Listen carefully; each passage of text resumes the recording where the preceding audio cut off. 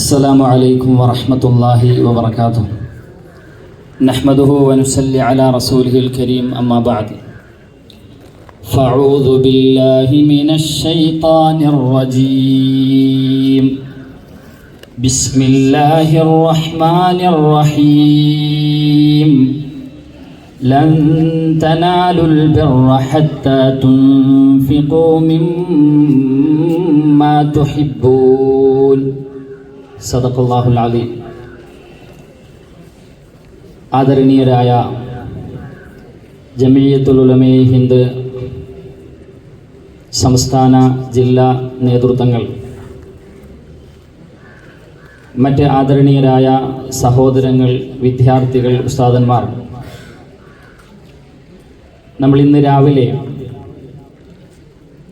കൊല്ലുകടവിൽ നിന്നും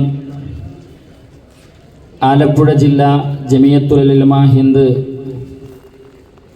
പ്രവർത്തകരുമൊത്ത് വഖഫ് മാനവിക നന്മയ്ക്ക് എന്ന സന്ദേശം ഉയർത്തിപ്പിടിച്ചുകൊണ്ടുള്ള വഖഫ് സംരക്ഷണ റാലിയുടെ ഭാഗമായിട്ടാണ് കായംകുളം ഹസനിയ മദ്രസയിൽ ഇപ്പോൾ എത്തിച്ചേർന്നിട്ടുള്ളത്. അള്ളാഹുവിൻ്റെ അതിമഹത്തായ അനുഗ്രഹത്താൽ കായംകുളം ഹസനിയ മദ്രസയിലെ ഉസ്താദന്മാരും വിദ്യാർത്ഥികളും, അതേപോലെ തന്നെ ഓച്ചിറ ദാറുൽ ഉലൂം മദ്രസയിലെ വിദ്യാർത്ഥികളും ഉസ്താദന്മാരും, ഹുസൈനിയ മദ്രസയിലെയും ഇതേപോലെയുള്ള അറബി കോളേജിലെ ധാരാളം ഉസ്താദന്മാരും വിദ്യാർത്ഥികളും, അതിനോടൊപ്പം നമ്മൾ എത്തിപ്പെട്ട പല മേഖലകളിലെ ഇമാമിയങ്ങളും ദീനീ സേവകരും ഇതുവരെയും ഈ യാത്രയിൽ നമ്മളോടൊപ്പം പല മേഖലകളുമായി ബന്ധപ്പെട്ട് ഒത്തുകൂടുകയുണ്ടായി. അള്ളാഹു യാത്രയെ ഒരു ഇഖ്ലാസുള്ള അമലാക്കി പരിപൂർണമായിട്ടും കബൂലാക്കുമാറാകട്ടെ. പ്രിയമുള്ളവരെ, നമ്മൾ ഈ ഇറങ്ങിത്തിരിച്ചിരിക്കുന്ന ഈ യാത്ര വഖഫ് സ്വത്ത് സംരക്ഷിക്കുക എന്ന അടിസ്ഥാനപരമായ ഒരു നന്മയുടെ യാത്രയാണ്. നമ്മളെല്ലാവരും അറിയുന്നത് പോലെ തന്നെ 1954 ജമിയത്തുൽ ഉലമ ഹിന്ദിൻ്റെ പണ്ഡിത നേതൃത്വത്തിൻ്റെ ഉത്തരവാദിത്തത്തോടുകൂടി ഇന്ത്യൻ പാർലമെന്റിൽ തന്നെ നമ്മളുടെ വഖഫ് സ്വത്തുക്കൾ സംരക്ഷിക്കുന്നതിന് വേണ്ടിയിട്ടുള്ള ഒരു നിയമം പാസാക്കുകയും അത് കാലോചിതമായി നടന്നു വരികയും പരിശുദ്ധമായ ഖുർആനിൻ്റെയും ഹദീസിൻ്റെയും അടിസ്ഥാനത്തിൽ അതിൻ്റെ മഹത്വവും അതിൻ്റെ പ്രാധാന്യവും അതിൻ്റെ നന്മയും ഉൾക്കൊണ്ടുകൊണ്ട് മുമ്പോട്ട് പോയിക്കൊണ്ടിരിക്കുകയും ചെയ്യുകയായിരുന്നു. ഇതിനിടയിൽ സംരക്ഷിക്കപ്പെടണം എന്ന ഒരു കാര്യത്തിന് വേണ്ടി ഒരു വിവേചനമുണ്ടാക്കുന്ന യാത്രയല്ല ഇത്. രണ്ടാമത്തത്, മറ്റാരുടെയെങ്കിലും സമ്പത്തുകൾ, മറ്റാരെങ്കിലും സമ്പാദിച്ചുണ്ടാക്കിയ സ്വത്ത് അല്ലെങ്കിൽ ബിൽഡിങ്ങുകൾ അല്ലെങ്കിൽ കെട്ടിടങ്ങൾ അല്ലെങ്കിൽ ഭൂമികൾ അപഹരിക്കാം എന്ന തരത്തിലും ചെയ്യുന്ന ഒരു യാത്രയല്ല ഇത്. ഈ യാത്രയുടെ അടിസ്ഥാനപരമായ ഒരു ലക്ഷ്യം, ഇന്ത്യ ഒരു ജനാധിപത്യ രാജ്യമാണ്, മതേതര മൂല്യം കാത്തുസൂക്ഷിക്കുന്ന രാജ്യമാണ്. അതിനുവേണ്ടി ഈ ഇന്ത്യയെ കെട്ടിപ്പടുക്കുന്നതിന് വേണ്ടി 1919 മുതൽ ഇന്ന് 2025 ഡിസംബർ 23 ഇവിടെ വന്നു നിൽക്കുന്നത് വരെയും ജമിയത്തുൽ ഉലമ ഹിന്ദിന്റെ പണ്ഡിത സമൂഹം ആത്മാർത്ഥതയോടുകൂടി നിസ്വാർത്ഥമായി ആരുടെ കയ്യിൽ നിന്നും ഒരു തരത്തിലുള്ള ഭൗതികമായ അവസ്ഥകളോ വസ്തുക്കളോ പ്രതീക്ഷിക്കാതെ വളരെ ആത്മാർത്ഥമായി പരിശ്രമിച്ച് ഈ രാജ്യത്തെ സുരക്ഷിതമായി കൊണ്ടുപോകാൻ, ഇവിടുത്തെ ഹൈന്ദവ ക്രൈസ്തവ മുസ്ലിം സമൂഹത്തെ ഒന്നായി ഒരുമയോടുകൂടി കൊണ്ടുപോകാൻ കഠിനാധ്വാനം ചെയ്തുകൊണ്ടിരിക്കുന്ന ഒരു പരിശ്രമത്തിന്റെ ഫലമാണ് ഈ യാത്രയുടെ ഭാഗം. അതിനോടൊപ്പം അള്ളാഹു നമ്മളോട് പറഞ്ഞു, നിങ്ങൾക്ക് നൽകിയിരിക്കുന്ന സമ്പത്തിനെ, നിങ്ങൾക്ക് നൽകിയിരിക്കുന്ന ധനത്തെ, നിങ്ങൾക്ക് നൽകിയിരിക്കുന്ന കച്ചവടങ്ങളിൽ നിന്നും ലഭിക്കുന്ന സ്വത്തുക്കളെ നിങ്ങൾ മാത്രം അനുഭവിക്കുന്നതിനപ്പുറം, നിങ്ങളുടെ മക്കളും നിങ്ങളുടെ ഭാര്യയും നിങ്ങളുടെ കുടുംബവും മാത്രം അനുഭവിക്കുന്നതിനപ്പുറം നിങ്ങൾക്ക് തന്ന പടച്ചവൻ ഇത് അള്ളാഹുവിനെ ആരാധിക്കപ്പെടുന്നതിനും അള്ളാഹുവിന്റെ മസ്ജിദുകൾ നിർമ്മിക്കപ്പെടുന്നതിനും അവിടെ അള്ളാഹുവിന്റെ കലാമ് പഠിപ്പിക്കപ്പെടുന്നതിനും അതിലുപരി മാലോകർക്ക് ഉപകാരപ്രദമാകുന്ന വ്യത്യസ്തങ്ങളായ ഭവനങ്ങളും മന്ദിരങ്ങളും സ്കൂളുകളും കോളേജുകളും ഒക്കെ സ്ഥാപിച്ച് ജനങ്ങൾക്ക് ഉപകാരപ്രദമാകുന്ന ഒരു തലമുറയായിട്ട് നിങ്ങൾ മാറേണ്ടതുണ്ട്. കുന്തും ഖൈറ ഉമ്മത്തിൻ ഉഖ്രിജത് ലിന്നാസി തഅ്മുറൂന ബിൽ മഅറൂഫി വതൻഹൗന അനിൽ മുൻകർ. കുന്തും ഖൈറ ഉമ്മത്തിൻ, നിങ്ങൾ ഉത്തമ സമുദായമാണ്. ഈമാനിൽ നിങ്ങൾ ഉത്തമ സമുദായമാണ്. ഇസ്ലാമിൽ നിങ്ങൾ ഉത്തമ സമുദായമാണ്. ഖുർആൻ പ്രചരിപ്പിക്കുന്നതിൽ നിങ്ങൾ ഉത്തമ സമുദായമാണ് എന്ന് മാത്രമല്ല, വെള്ളം നൽകുന്നതിലും നിങ്ങൾ ഉത്തമ സമുദായമാണ്. വിദ്യാഭ്യാസത്തിനുള്ള സ്ഥാപനങ്ങൾ ഒരുക്കി കൊടുക്കുന്നതിലും നിങ്ങൾ ഉത്തമ സമുദായമാണ്. പാർലമെന്റ് മന്ദിരം നിലനിർത്തുന്ന വിഷയത്തിലും നിങ്ങൾ ഭൂമി കൊടുക്കുന്നതിൽ ഉത്തമ സമുദായമാണ്.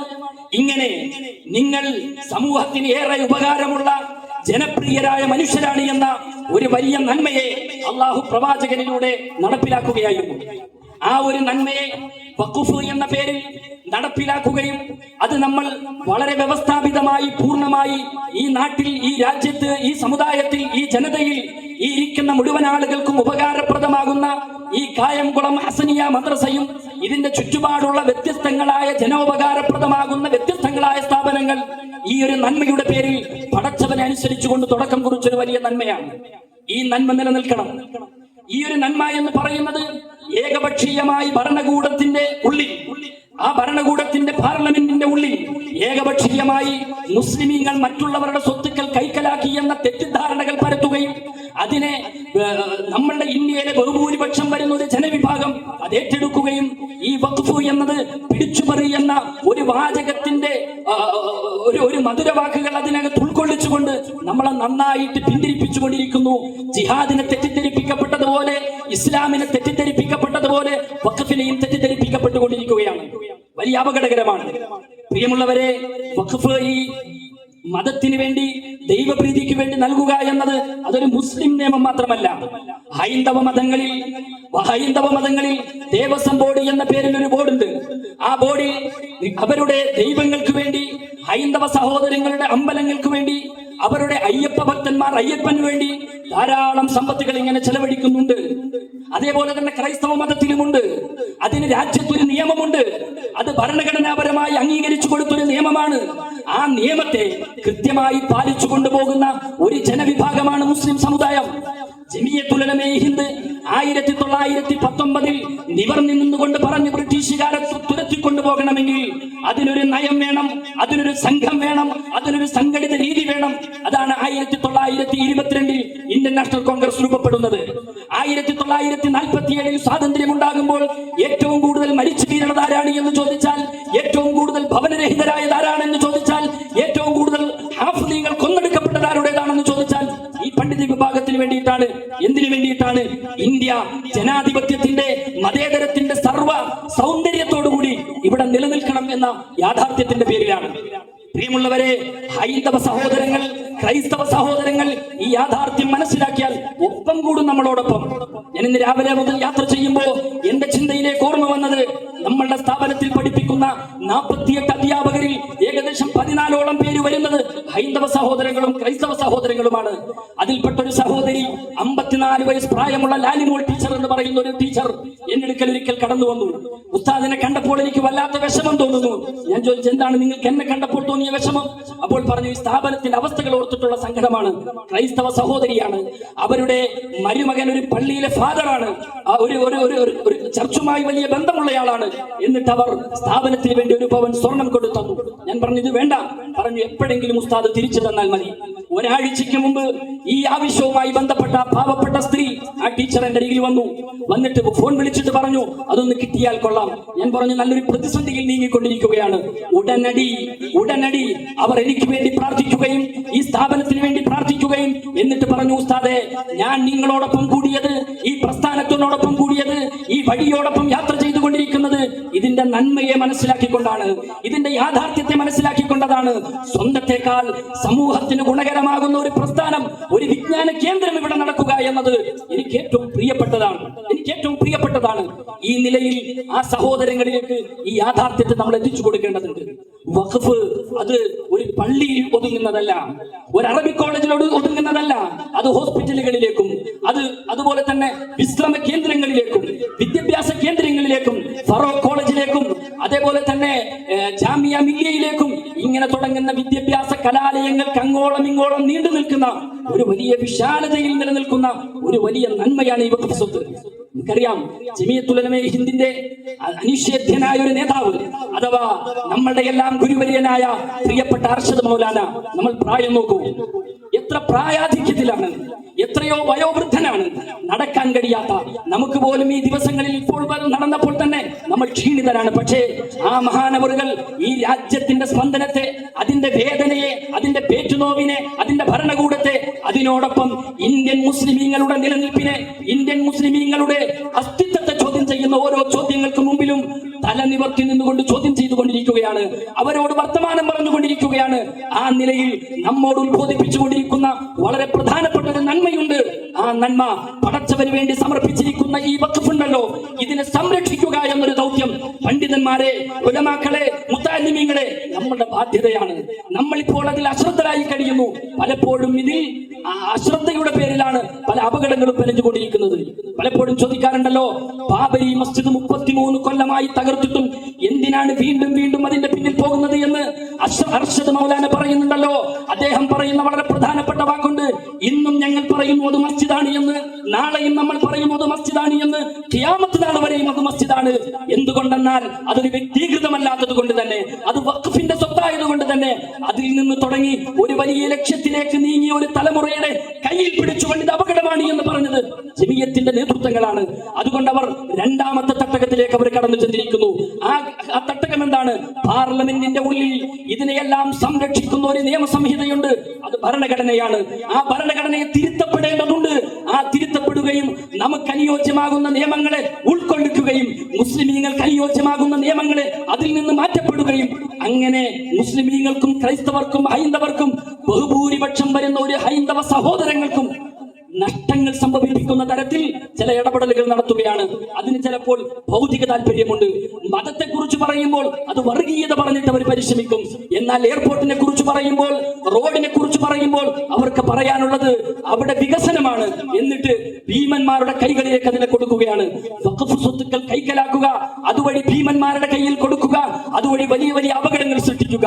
മതപരമായി ചിന്തിക്കുമ്പോൾ മസ്ജിദുകൾ നിൽക്കുന്ന, മദ്രസകൾ നിൽക്കുന്ന, അറബി കോളേജുകൾ നിൽക്കുന്ന, വിദ്യാഭ്യാസ സ്ഥാപനങ്ങൾ നിൽക്കുന്ന ഈ സ്ഥാപനങ്ങൾക്കടിയിലേക്ക് ഇവരെത്തിപ്പെടുക എന്ന വളരെ ഒളിഞ്ഞ അജണ്ടയുമായി അവർ യാത്ര ചെയ്തുകൊണ്ടിരിക്കുകയാണ്. ഈ യാത്രയ്ക്ക് നമുക്ക് ചെയ്യാൻ കഴിയുന്ന ചില നന്മകളുണ്ട്. ആ നന്മകൾ എന്ത് എന്ന് ചോദിച്ചാൽ ഈ നന്മയ്ക്ക് നമ്മൾ അടിയുറച്ചു നിൽക്കുക. ഇതിനെ സംരക്ഷിക്കുന്നതിന് വേണ്ടി നമുക്ക് ചെയ്യാൻ കഴിയുന്ന പ്രയത്നങ്ങൾ, പരിശ്രമങ്ങൾ നമ്മുടെ പണ്ഡിതന്മാർ, നമ്മുടെ മഹാരഥന്മാർ നമുക്ക് പറഞ്ഞു തന്ന വഴിയെ നമ്മൾ യാത്ര ചെയ്യാൻ നമ്മൾ തയ്യാറാകണം. അല്ലാഹുവിന് ഏറ്റവും പ്രിയം, നിങ്ങൾക്ക് ഏറ്റവും പ്രിയപ്പെട്ടത് ചിലവഴിക്കുന്നത് വരെയും നിങ്ങൾ യഥാർത്ഥ വിശ്വാസിയാവുകയില്ല. ഈ ചിലവഴിക്കപ്പെട്ടതിനെ ആരും മോഷ്ടിച്ചു കൊണ്ടുപോകാതെ അനർഹമായി ഇടപെടാത്ത തരത്തിൽ സംരക്ഷിക്കുക എന്നതും സൂക്ഷിക്കുക എന്നതും വീണ്ടും വഖഫ് ചെയ്യിപ്പിക്കുക എന്നതും നമ്മുടെ ബാധ്യതയാണ്, നമ്മുടെ ഉത്തരവാദിത്തമാണ്.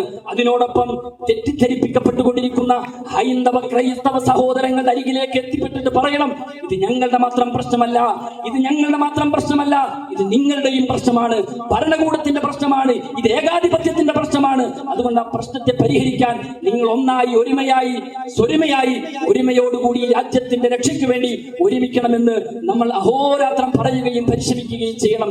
പടച്ചവന്റെ അനുഗ്രഹത്താൽ ഇന്ന് രാവിലെ മുതൽ തുടങ്ങിയ ഒരു പരിശ്രമം വളരെ സന്തോഷമുണ്ട്.